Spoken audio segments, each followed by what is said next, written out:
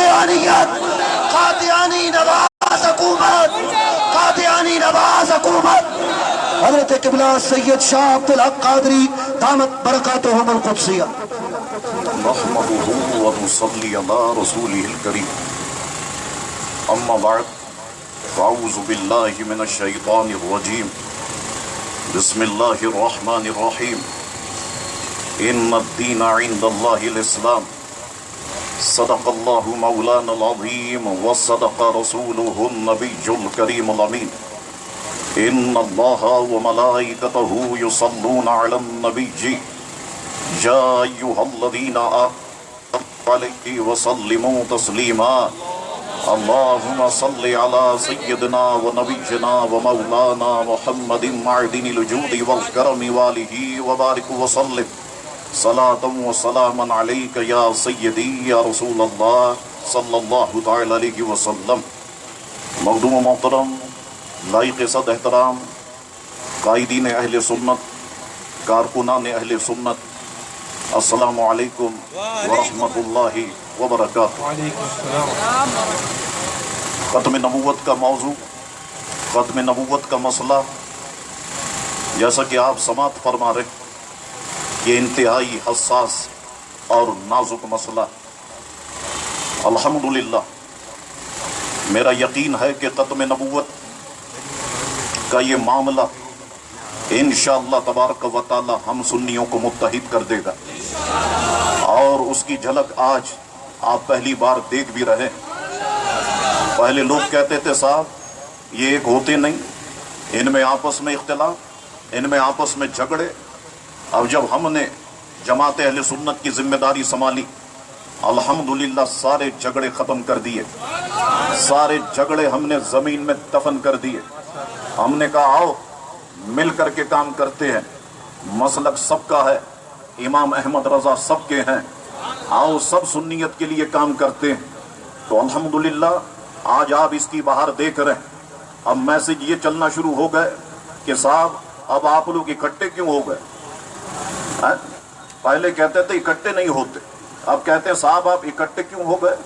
آپ مظفر شاہ صاحب کے ساتھ کھڑے ہوں گے، آپ ثروت اعجاز کے ساتھ کھڑے ہوں گے، آپ اویس نورانی کے ساتھ کھڑے ہوں گے۔ جو بھی مسلمان ختم نبوت کے تحفظ کے لیے نکلے گا، شاہ عبدالحق اس کے ساتھ کھڑا ہوگا، پوری جماعت اہل سنت الحمدللہ اس کے ساتھ کھڑی ہوگی۔ اور جو باتیں ہیں، جو معاملات ہیں جو اٹھائے جاتے ہیں، میں یہاں بڑے مجمع میں کہوں گا کوئی خوف کوئی ڈر نہیں ہے۔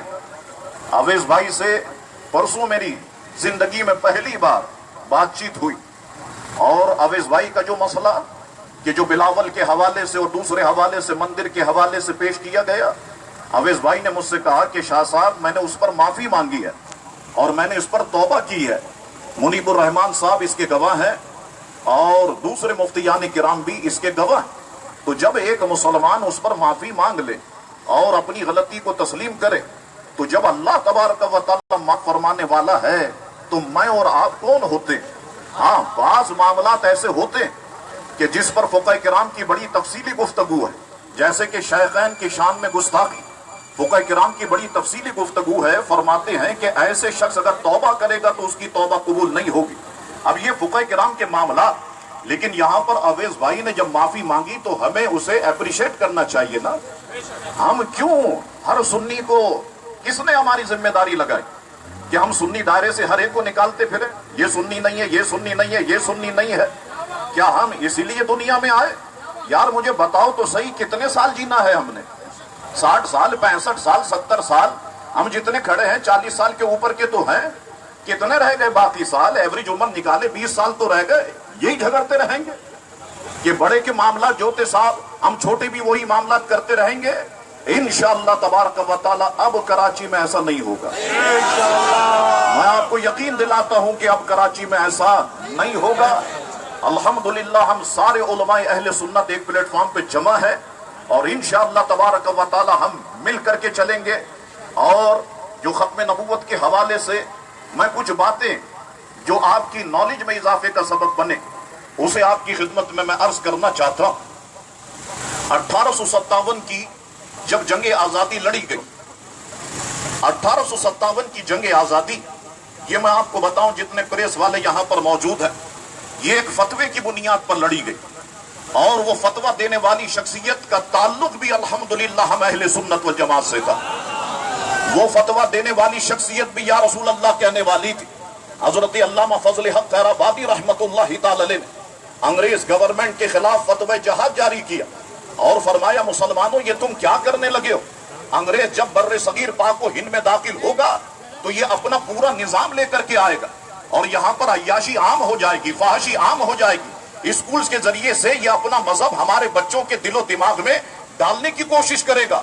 الحمدللہ آپ دیکھیں اس وقت کہاں سوشل میڈیا تھا، کہاں پر اتنا مضبوط پرنٹ میڈیا تھا، کہاں پر اتنا مضبوط جو ہے دوسرے چینلز موجود تھے۔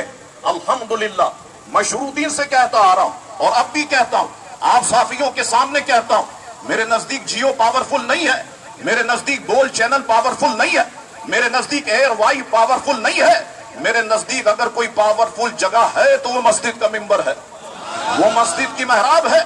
علامہ فضل حق خیرآبادی نے ان مساجد سے اپنے حق کی آواز کو بلند کیا اور تمام علماء کرام نے علامہ فضل حق خیرآبادی کا ساتھ دیا۔ اللہ اکبر! آپ کو سن کے حیرت ہوگی کہ جب مسلمانوں کو منافقین کی وجہ سے شکست ہوئی، کیونکہ ہر دور میں عبداللہ ابن ابی سے لے کر میر جعفر، میر صادق، ہر دور میں منافقین رہے، جب منافقین کی وجہ سے شکست ہوئی اور علامہ فضل حق خیرآبادی کو جب گرفتار کیا گیا اور جب عدالت میں پیش کیا گیا تو کہتے ہیں کہ جج نے کچھ کتابیں علامہ فضل حق خیرآبادی سے پڑھی ہوئی تھی۔ جج کہنے لگا میں آپ سے پوچھوں گا علامہ کہ آپ فضل حق خیرآبادی ہیں؟ آپ منع کر دیجئے گا۔ اللہ اکبر! یہ سنیوں کی تاریخ ہے، علامہ فضل حق خیرآبادی سے میرے ممتاز قادری تک الحمدللہ سنیوں نے پھانسی کے پھندے کو چوم کے اپنے گلے میں ڈالا، اپنے گلے میں ڈالا۔ علامہ فضل حق خیرآبادی سے جج نے کہا بڑی عدالت کے اندر علامہ کیا آپ فضل حق خیرآبادی ہیں؟ علامہ فضل حق خیرآبادی نے کہا ہاں میں الحمدللہ فضل حق خیرآبادی، میں فضل حق خیرآبادی ہوں۔ تو کالے پانی کی سزا دی گئی علامہ فضل حق خیرآبادی کو۔ اب میں آپ کو بتاؤں کہ جب یہ سارے معاملات ہوئے اور جب انگریز قابض ہو گیا تو انگریز کا ایک تھنک ٹینک تو ہے جو سوچتا ہے کہ جیت ہوئی تو کس وجہ سے ہوئی، ہار ہوئی تو کس وجہ سے ہوئی۔ یہ انگریزوں کا تھنک ٹینک بیٹھا کہ کیا وجہ تھی کہ سارے بر صغیر پاک و ہند کے مسلمان ایک اسٹیج پر جمع ہو گئے، ایک پلیٹ فارم پہ جمع ہو گئے۔ جناب ایک سال اس پر کام کیا گیا، ساری ایجنسیوں نے اس پر کام کیا، سارے ان کے راہبوں نے اس پر کام کیا اور نتیجہ یہ نکالا کہ صرف اور صرف آمنہ کے لال پیارے مصطفیٰ کریم علیہ السلام کی محبت ایک ایسی چیز ہے کہ جو بکھرے ہوئے مسلمانوں کو ایک پلیٹ فارم پہ جمع کر دیتی ہے۔ اچھا جناب اب کیا کیا جائے، اس محبت کو کیسے نکالا جائے؟ انگریز نے کہا اس محبت کو اگر دل سے نکالنا ہے تو ہمیں ایک نبی لانا ہوگا، ایک نبی لانا ہوگا۔ اور تاریخ پڑھے تو میں حیران ہوتا ہوں کہ گورنر پنجاب اس وقت کا جو انگریز تھا اس نے 4 اشخاص کو نبوت کے انٹرویو کے لیے بلایا، لے رہا ہے۔ اللہ اکبر! اس میں مرزا کو پاس کیا گیا کیونکہ مرزا کہتا تھا کہ میرے آبا و اجداد نے 1857 کی جنگ آزادی میں مسلمانوں کے خلاف 50 گھوڑوں سے مدد کی۔ اب مرزا کو آگے لایا گیا اور یہ سارا کام انگریزوں کی سرپرستی میں ہوا اور مرزا سے سب سے پہلا جو کام لیا گیا مسلمانوں تاریخی اعتبار سے وہ یاد رکھنا، وہ کام تھا جہاد کے خلاف فتویٰ۔ مرزا نے سب سے پہلے جہاد کے خلاف فتویٰ دیا، کئی کتابیں لکھی کیونکہ یہ جہاد ایک ایسی چیز ہے کہ ساری دنیا مسلمانوں کے جہاد سے ڈرتی ہے، لیکن جو 15-20 سال میں ہمیں جہاد کی شکل دکھائی گئی یہ جہاد نہیں تھا، یہ جہاد کے نام پر فساد تھا۔ مسلمان کبھی بچوں کو نہیں مارتا، مسلمان کبھی عورتوں کو نہیں مارتا۔ یہ ایک بھیانک تصویر دنیا کو دکھائی گئی۔ او ہو مسلمان تو اتنا خونخوار ہے، او ہو مسلمان تو جو ہے وہ بچوں کا دشمن، وہ عورتوں کا دشمن۔ یہ مسلمانوں کو بدنام کرنے کے لیے پورے 20 سال یہ کھیل کھیلا گیا اور ابھی بھی یہ کھیل جاری ہے۔ تو مرزا کو انگریزوں کی سرپرستی میں مرزا پروان چڑھا جہاد کے خلاف فتویٰ۔ پھر مرزا آپ دیکھیں کہ گرگٹ کو بھی رنگ بدلنے میں وقت لگتا ہے لیکن مرزا کو اتنا وقت نہیں لگا۔ مرزا مسلح قوم بن کر کے آیا، پھر محدث بن کے آیا، پھر مجدد بن کے آیا، پھر مسیح موعود بن کر کے آیا، مسیح عیسیٰ بن کر کے آیا، پھر خود عیسیٰ کا دعویٰ کر دیا، پھر خود نبوت کا دعویٰ کر دیا۔ اگر کچھ عرصے یہ خبیث اور زندہ رہتا یہ خدائی کا دعویٰ بھی کر دیتا. اب بچہ ہی کیا تھا کہ یہ خدائی کا دعویٰ بھی کر دیتا. تو یاد رکھیں، میں نے کل بھی کہا اور آج بھی کہتا ہوں کہ مرزا نے سن 1900 میں دعوی نبوت کیا اور 1907 اور 1908 میں مرزا مر گیا، یعنی کہ 116 سال گزر گئے مرزا کو مرے ہوئے. لیکن آپ دیکھیں کہ آج بھی قادیانیت کے فرقے کو منظم پیمانے پر چلایا جا رہا ہے، منظم پیمانے پر آگے بڑھایا جا رہا ہے. تو اس فتنے سے ہوشیار رہنے کی ضرورت ہے. ہمیں اپنے بچوں کے دل میں ختم نبوت سے متعلق عقیدہ ڈالنے کی ضرورت ہے. ہمیں اپنی عورتوں کو، ماؤں بہنوں کو سمجھانے کی ضرورت ہے کہ صاحب ختم نبوت کتنا اہم مسئلہ اور کتنا حساس مسئلہ ہے. اور یہاں پر یہ بات بھی پتہ چلی کہ جو گیم کھیلا گیا مسلم لیگ نواز نے، جو گیم کھیلا، آپ دیکھیں منظم پیمانے پر یہ گیم کھیلا گیا اور ساری عوام کو گویا بے وقوف بنانے کی کوشش کی گئی. اور اس کے بعد کہا گیا کہ صاحب ہم اس چیز کو واپس لیتے ہیں. کل کا امت اخبار آپ اٹھا کر کے دیکھیں، اگر امت کے صحافی یہاں پر موجود ہے، اس میں سینیٹر ساجد نقوی نے کہا کہ صاحب مولویوں کو سمجھ نہیں آ رہی، مناظرے کی جگہ آپ طے کریں، پہنچنا شہادت کا کام ہے. ساجد میر، یہ یہاں پر ذہن میں رکھ لے کہ یہ سینیٹر ساجد میر کہ جو غیر مقلد ہے، اس نے یہ چیلنج دیا. ہم آپ کے چیلنج کو قبول کرتے ہیں کیونکہ آپ تو انہی کے ہم نوالا اور ہم پیالہ ہیں. آپ کیسے یہ بات نہیں کریں گے؟ تو یاد رکھو ختم نبوت کے لیے ہماری جانیں حاضر ہے، ہمارے بچوں کی جانیں حاضر ہے. یہ ساری پاکستان کی عوام ختم نبوت پر اپنی جان قربان کر دے گی. اور پھر پاکستان پہ اعتراض کیوں کرتے ہو کہ صاحب ختم نبوت پر یہ پاکستانی لوگ اتنا اچھلتے ہیں، اتنا جوش دکھاتے ہیں. میرے والد محترم نے افغان سفیر سے پوچھا تھا ایک بار، آپ یہ بتائیے کہ افغانستان کے اندر قادیانی موجود ہے؟ اس سفیر نے کہا شاہ صاحب اس نام کا جانور ہمارے ملک میں موجود ہی نہیں ہے. آپ دیکھیں افغانستان نے تو نکال باہر کیا قادیانیوں کو. تو یہاں پر اس بات کی بہت ضرورت ہے کہ ہم سارے لوگ اس نازک مسئلے کو سمجھیں، اتحاد کا مظاہرہ کریں، متحد ہوں.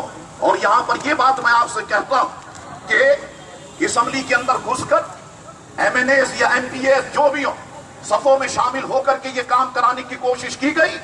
تو اب سنی مسلمانوں اور جتنے علماء میرے ساتھ اسٹیج پر ہیں، میں سب سے کہتا ہوں اب ضروری ہو گیا ہے کہ 2018 کا الیکشن میں ہم داخل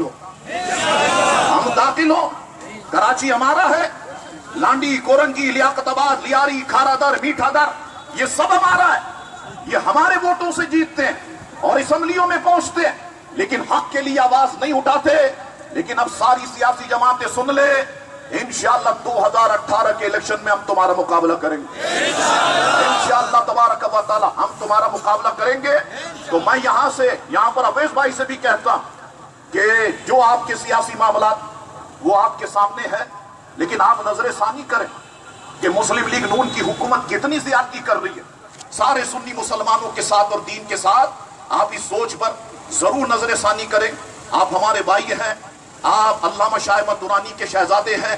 آپ اس پر غور و فکر کرنے کی کوشش کریں اور واضح طور پر اپنا لائے عمل جو بھی آپ کا نقطہ نظر ہے اس کو عوام کے سامنے بیان کریں. مجھے اچھا نہیں لگتا کہ کوئی آپ کی ذات پر کیچڑ اٹھائے، آپ کو گالی دے. اس سے مجھے بہت تکلیف ہوتی ہے، بہت درد ہوتا ہے جب کوئی سنی عالم کے خلاف بات کرتا ہے، سنی علماء کو گالی دینے کی کوشش کرتا ہے. تو اب یہ واضح پیغام یہاں سے لے کر کے جاؤ کہ الحمدللہ ہم سارے سنی مسلمان اب ایک پلیٹ فارم پہ جمع ہو چکے ہیں. انشاءاللہ تبارک و تعالی یہ باقی جو بچے ہیں انشاءاللہ تعالی میں وعدہ کرتا ہوں کہ میں ان سے بھی مذاکرات کر کے انشاءاللہ ان کو بھی ایک پلیٹ فارم پہ لا کے کھڑا کر دوں گا تاکہ سنی عوام کی خواہش پوری ہو جائے. سنی پہلے بھی ایک تھے، سازشوں کے ذریعے سے سنیوں کو تقسیم کیا گیا، سنی ایک ہے اور انشاءاللہ تبارک و تعالی مرتے دم تک ہم سنی ایک رہیں گے. اپنے شہر کی خدمت کریں گے، اپنے دین کی خدمت کریں گے. میں اس معاملے پر یہاں پر مظاہرہ کرنے پر مظفر شاہ صاحب کو مبارکباد پیش کرتا ہوں، ثروت اعجاز بھائی کو مبارکباد پیش کرتا ہوں، اویس بھائی کو مبارکباد پیش کرتا ہوں. سارے علماء کرام یہاں پر آئے، میں سب کو دل کی گہرائیوں سے مبارکباد پیش کرتا ہوں. اللہ تبارک و تعالی سے دعا کرتا ہوں اللہ تبارک و تعالی ہم بکھرے ہوئے سنیوں کو ایک پلیٹ فارم پہ جمع کر دے، علماء اہل سنت کو ایک پلیٹ فارم پہ جمع کر دے، جو نفرتیں اور عداوتیں ہیں اللہ تعالیٰ اسے محبت میں تبدیل فرما دے۔ وآخر دعوانا ان الحمد للہ رب العالمین۔ تکبیر، نعرہ رسالت، نعرہ ختم نبوت، نعرہ ختم آپ نبوت۔ سے مخاطب تھے جماعت اہل سنت پاکستان کراچی